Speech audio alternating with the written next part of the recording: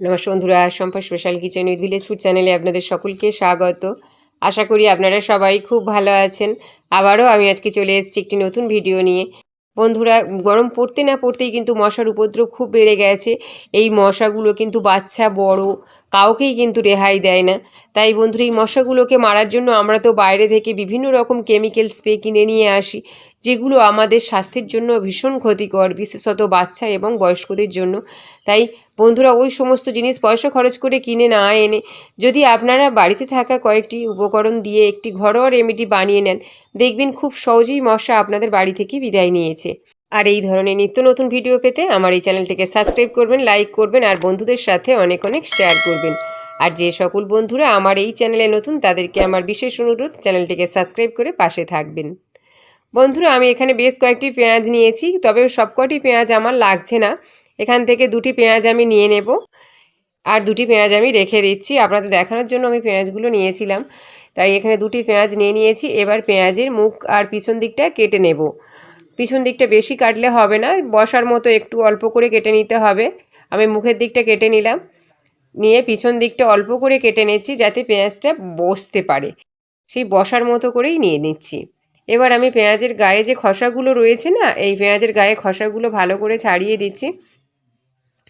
কারণ পেঁয়াজের গায়ের খসাগুলো অবশ্যই ছাড়িয়ে নিতে হবে, তা না হলে বারবার হাত স্লিপ করবে। যেহেতু আমি এখানে তেল ইউজ করব, তা তখন ভীষণ অসুবিধা হবে। এইভাবে আমি আরও একটি পেঁয়াজ ভালো করে কেটে নিয়েছি, সামন দিকটা এবং পিছন দিকটা অল্প করে কেটে নেব মুখের দিকে। তারপর পিছন দিকটাও অল্প করে কেটে নেব, শুধু জাস্ট পেঁয়াজটা বসার মতো করে নেব। এবার ভালো করে খসাটা ছাড়িয়ে নিচ্ছি। দুটো পেঁয়াজে আমি খসা ছাড়িয়ে নিলাম। বন্ধুরা, এবার আমি কি করব না, এই যে ছুরিটা নিয়েছি না, এই মুখটা ছোট্ট করে কেটে নেব।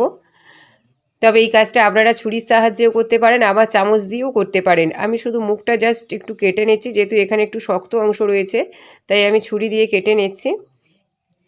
এইভাবে ছুরি দিয়ে কেটে নেওয়ার পর আমি ভিতরটা পরিষ্কার করে নেব চামচের সাহায্যে।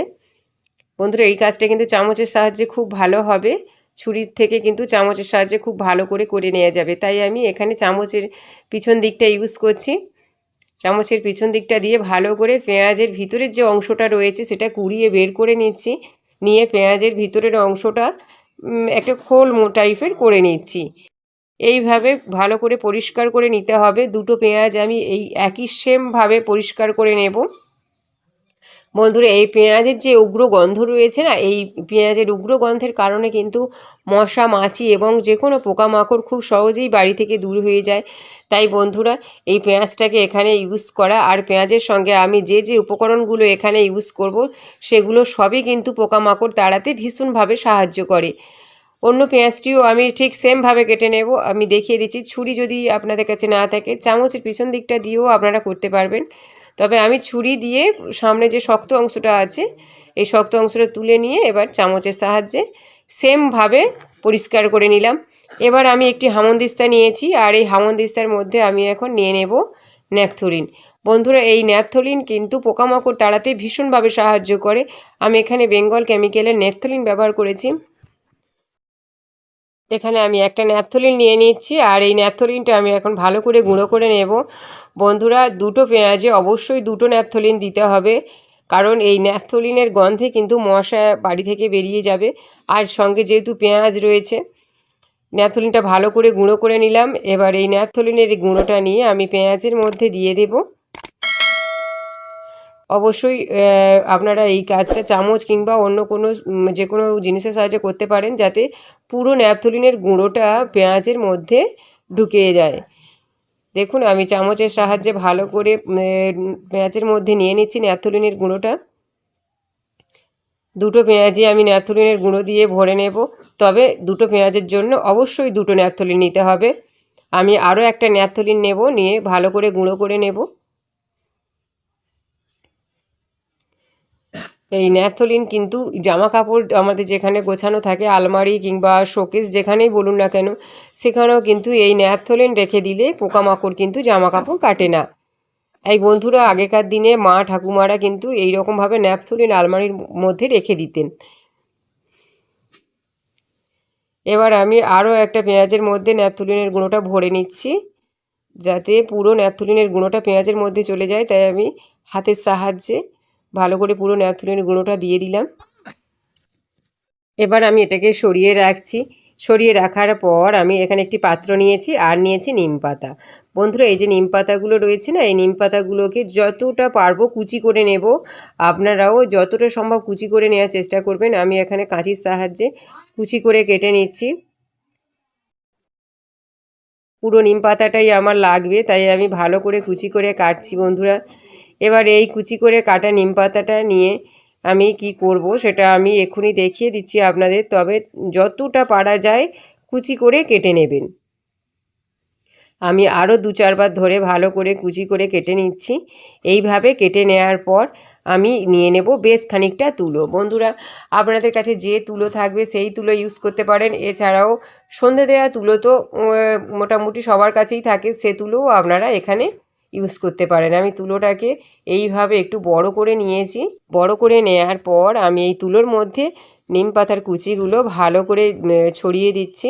এইভাবে ভালো করে ছড়িয়ে দেওয়ার পর আমি তুলোটাকে রোল করে নিচ্ছি বন্ধুরা।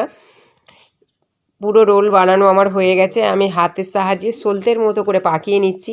এবার এটাকে আমি দুটো ভাগ করে নেব। কাঁচির সাহায্যেও আপনারা কেটে নিতে পারেন, হাতের সাহায্যেও কেটে নিতে পারেন। এইভাবে কাঁচির সাহায্যে কেটে নেওয়ার পর আমি আবারও একটু সলতের মতো করে পাক দিয়ে নিচ্ছি হাতে। ভিডিওটি ভালো লাগলে অবশ্যই একটা লাইক করে দেবেন। আমার সলতে দুটো একদম রেডি হয়ে গেল বন্ধুরা। আমি চলে এসেছি, সলতে দুটো কেমন হয়েছে আপনাদের আমি দেখিয়ে দিচ্ছি। এবার আমি পেঁয়াজের পাত্রটা নিয়ে নিয়েছি। এবার এখানে সরিষার তেল নিয়েছি। এই সরিষার তেল আমি পুরো পেঁয়াজের মধ্যে ভরে দেব। দুটি পেঁয়াজের মধ্যে আমি সরিষার তেল ঢেলে নিচ্ছি। অবশ্যই তেলটা একটু বেশি পরিমাণে দেবেন। তেলটা দেওয়ার পর আমি চামচের পিছন দিকটা দিয়ে ভালো করে নেড়ে চেড়ে দেবো। যেহেতু কপুর রয়েছে এখানে, তাই আমি কপুরটাকে ভালো করে মিশিয়ে নেব তেলের সাথে। এইভাবে তেলের সাথে ভালো করে মিশিয়ে নেওয়ার পর আমি সলতে দুটো নিয়ে ভালো করে ডুবিয়ে দিচ্ছি তেলের মধ্যে। যেহেতু তেলের মধ্যে কপুর রয়েছে, তাই কিন্তু খুব সহজেই সলতেটা আমার ভরে যাবে। আমি আরও একটু তেল মুখের উপর দিয়ে দিচ্ছি যাতে পুরো সলতেটা ভালোভাবে ভিজে যায়। বন্ধুরা, এই সলতেটা যত ভালো করে বানাবেন তত কিন্তু বেশিক্ষণ জ্বলবে। আপনাদের যদি বেশি জায়গায় দেওয়ার প্রয়োজন হয় তাহলে অবশ্যই আপনারা আরও পেঁয়াজের সংখ্যা বাড়িয়ে নিতে পারেন। আমি কিন্তু পেঁয়াজের মধ্যে যে সলতেটা দিয়েছিলাম সেটা আমি গ্যাস লাইটার দিয়ে জ্বালিয়ে দিলাম। বন্ধুরা, এটা এমনই একটা স্ট্রং রেমেডি, যেখানেই দেবেন মশা কিন্তু পালিয়ে যাবে, একটাও মশা থাকবে না। যেহেতু এখানে ন্যাপথলিন রয়েছে আর পেঁয়াজ রয়েছে, এছাড়া রয়েছে নিম পাতা, তাই একটাও মশা কিন্তু ঘরের মধ্যে দেখতে পাবেন না। একবার ব্যবহার করে দেখুন, আশা করি খুব ভালো রেজাল্ট পাবেন। আমি কিন্তু প্রতিদিন একই প্রসেস ইউজ করি আর খুব ভালো রেজাল্ট পেয়েছি। আপনারাও ব্যবহার করে দেখুন, খুব ভালো রেজাল্ট পাবেন। ভিডিওটি শেষ পর্যন্ত দেখার জন্য ধন্যবাদ।